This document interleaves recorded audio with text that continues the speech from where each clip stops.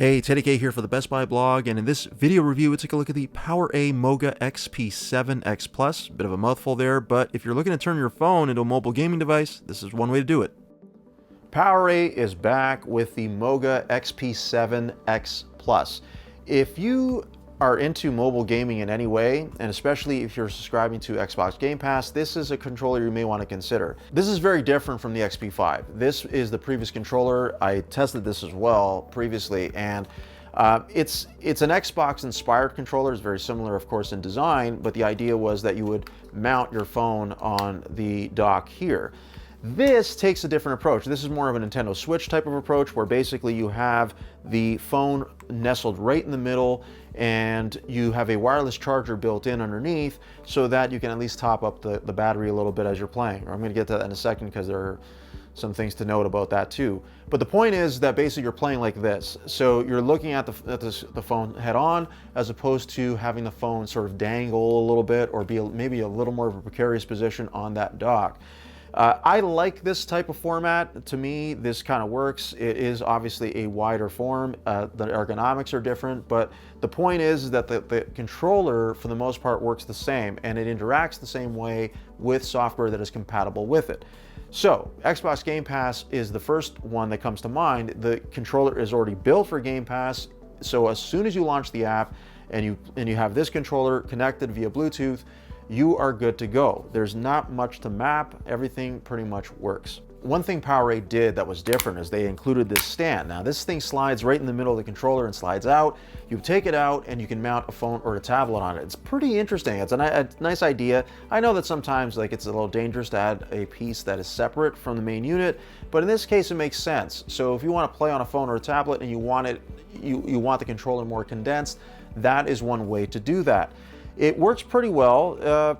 It's a decent design, and while it's something that you may not use all the time, at least when you're not using it or you have a phone you're playing on, maybe on a laptop or on a PC or something like that, you can just slide it in and you basically have what kind of feels like a regular controller, even though it's a little wider. As I would have expected, I felt like a lot of the same things applied here as far as the buttons. So the buttons and the joysticks, like all the sticks, everything seems pretty much the same as far as the sort of the triggers, like the travel, how fluid they felt, how soft they were. Not a lot of feedback here in terms of, or negative feedback, I should say, from my perspective on that. Like I felt like the controller handled itself quite well with the games that I was playing on it. So I didn't really notice anything really unusual. In fact, when I was playing with it, I felt a lot like I was playing with the XP5 again, albeit obviously with a different form factor. So from that standpoint, I think it's fine. Now I do want to get on the battery right away, because there's a 2000 milliamp battery in the controller. That's hardly enough to even top up half of a phone. So what you end up having is a situation where you're kind of stuck because you can't plug anything into the phone. There's no port that's attached to the controller itself. So if you're low on battery, you could use the battery that's on the onboard battery on the controller, but it's only going to take you so far. And in my testing, it didn't take me very far at all. I had to eventually plug in both devices to recharge them to keep on going. So it was one of those things where when I wanted to play games on this, I had to pay a lot of attention to what the phone's battery life was at. If it was too low, I had to charge up first and then I can start playing. It's kind of a bummer, because if there was pass-through, then that wouldn't be an issue, kind of like in the Razer Kishi V2. There you have USB-C pass-through where it's not a problem. The caveat here, though, also is that there is a micro USB port. So there's no USB-C on this. And if you plug in, so if you're plugging in through micro USB and you're also charging the phone at the same time, there's not the rate, just like there just isn't a funnel. The funnel is not big enough to keep the phone topped up while you're charging the controller. So unfortunately, that's one of the downsides, I think, is if you're going to be playing this over a longer period of time, you have to sort of be aware of where the battery is at for both devices, but especially your phone. I mean, you don't want to lose a saved game because all of a sudden your phone dies or something goes wrong. But that's one thing about that I think is a drawback here is the battery side of things. You just have to be more aware of it. One time you're not gonna have to be aware of the battery is if you're playing in wired mode. You can do this quite easily with this controller, and I did it on a PC pretty simply. There is a bit of a process, a small process anyway. You have to just plug in. You plug in with the cables that are included. PowerA did a good job here by including a cable that has both micro USB and USB-C, and USB-A. So no matter the configuration, you're going to be able to connect with this. It worked okay. I had no real issues. I was able to play FIFA and this War of Ours and a couple other games pretty simply, pretty easily. Again, the controller on Xbox Game Pass through a PC, no problem. Fully recognized, and it was fine. But the beauty of it, of course, is that when you're doing that, you're also charging the controller at the same time. Now, you're not, so that in that sense, you have nothing to worry about as far as battery life. That's the one time when you're playing with this that is not an issue. I did play games also with a Chromebook. It was an old Pixelbook Go. It worked like flawlessly, so Game Pass worked very well on there, and the controller connected, and it was not a problem.